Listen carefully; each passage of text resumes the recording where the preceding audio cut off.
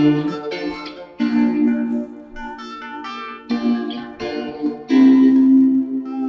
Blind Path. Hello and welcome to Plant Path Podcast today, your choice hub for book reviews and insightful conversations in education. My name is Oluwatosin Mugbadu Ade. I'm your host on the show. The show is brought to you courtesy of Plant Path Consult, your choice hub for everything education. Alright, so this episode is dedicated to the celebration of Family Day in Canada. I mean, for all my people in Ontario, Iana, Ontario, Alberta, and all of Manitoba, you understand? All my Canada people. I mean, somebody said that Canada is the headquarters of Nigeria.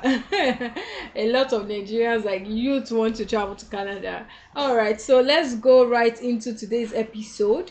Okay, so Family Day is celebrated on the third Monday of in February of every year. It's a day dedicated. It's also called a Heritage Day.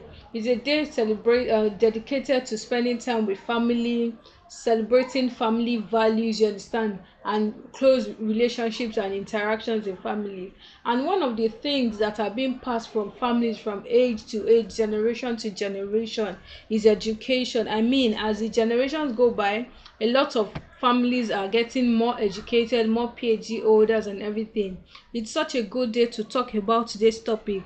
Myths about family involvement in education, and bonus points plus the truth that will set you free. So I'll be discussing three myths with you today, and let's just jump right into it right now. Number one, if you observe, I said that myths about family involvement in education. Actually, this is an extract from a course I took last year with Harvard Graduate School of Education. I took a course last year with Harvard Graduate School of Education, and I thought to bring you this from the course. The course is actually family involvement in education. So if you observe, we are not saying parental involvement in education. We are using the term family involvement in education because education, the 21st century education setting, has realized the fact that people that help, like people that are involved in a child's learning, they are much more than the parents. They are grandparents, aunties, uncles, and even to that auntie down your street that you don't even know how you are related, but somehow you call her auntie and you've always known her to be your auntie. I mean, Nigerians, share Nigerians everywhere, people all over the world, there are people that related to us, maybe church members, members of our community groups, religious leaders, that we've just all grown together. So it is much more than two the child's parent, you understand. Every adult involved in a child's life, every family member is recognizing involvement in education. That's number one thing that we probably need to understand before we jump right into it. The first myth is that people usually say that family involvement equals attending PTA meetings, and I laugh a lot. I mean, okay, so it's true, really. It is true that a family that is involved in a child's education is more likely to attend PTA meetings, you understand, online, offline, you understand, or coming to school events. But let me use this analogy to help you understand it. For example, the fact that somebody is eating doesn't mean that that person will, you understand, will be well nutrition. It's possible that somebody is eating and still has, you understand, it's still malnourished. It doesn't have what they call, it's not still eating a balanced diet, you understand. But the fact that that person is eating reduces the probability of the person being malnutritioned, you understand. So that is how it is with family involvement and attending PTA meetings and school events. The fact that somebody is attending PTA meeting and school event doesn't necessarily mean that that person, you understand, and that family is involved in the child's learning. So the truth that will set you free on this point is the fact that family involvement means being aware. Please note this definition. Family involvement means being aware of a child's learning and fostering at home what has been taught is in school. You understand? So if you are really involved, it means that you know what's happening in your child's class, and you are fostering what your child is learning. It's said in education, and I've always said is that, you know what, actually, with schools are supposed to teach knowledge. They're supposed to teach life skills and all of that, and those things are supposed to be reinforced at home. While at home, a child is supposed to learn morals, values, and all of that, and those things are reinforced in school. So school and family work hand in hand. You understand what we are saying?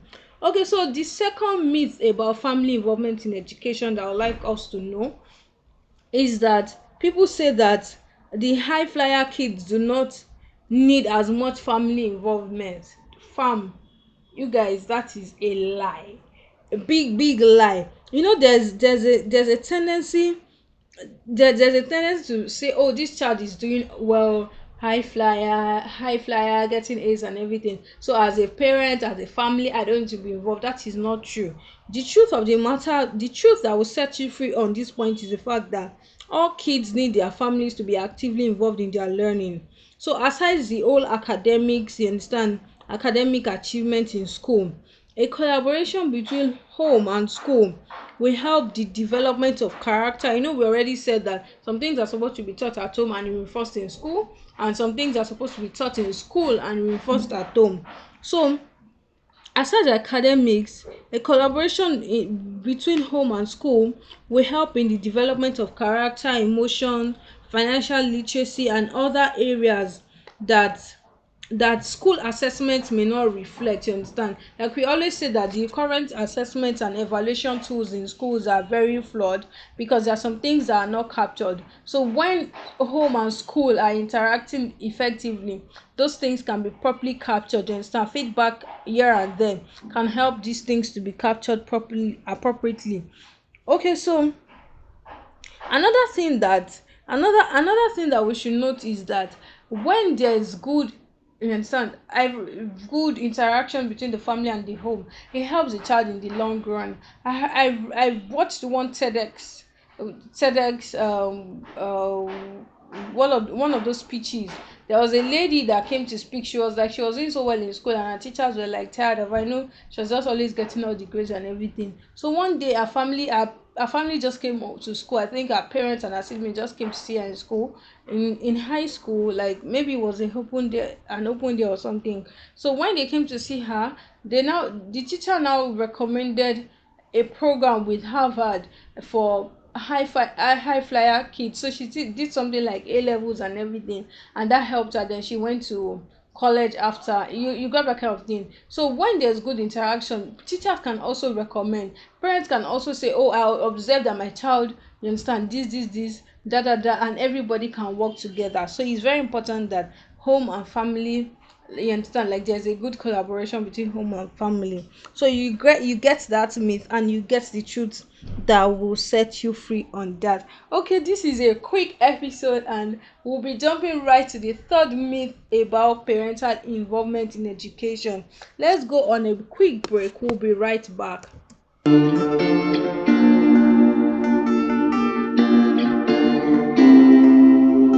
The Blonde Path.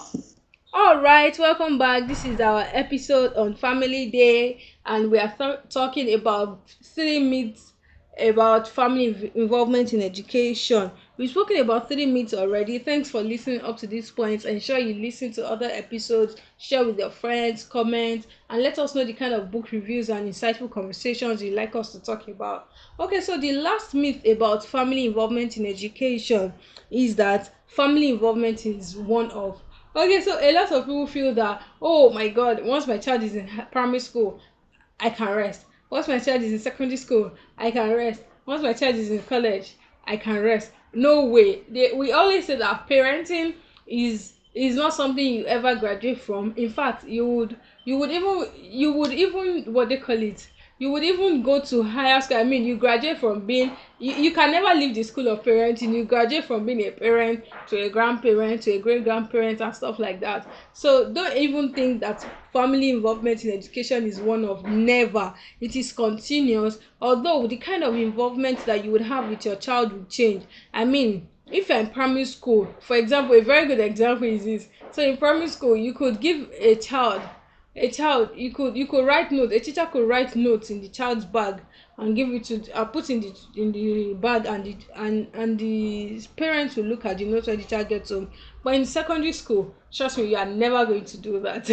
You can't do that. So you grab, like, your interaction with your child, the way school, child and parents are interacting would metamorphosize yourself, will morph over the years and everything. But the truth is that at every point in time in a child's life, there is always family involvement. I mean, even when your child gives birth sef, as Nigerians, we do omugwo, and then the mother goes to stay with the child, and understand, to take care of the child and the newborn baby. You understand what I'm saying? So family involvement is never one off, it is a continuous effort. Thanks for listening to this episode. It was nice to talk about this with you. Have a very great day. Make sure you spend time with family and reinforce family values. My name is Oluwatosin Mugbadun Ade again. I will catch you in our next episode. Bye.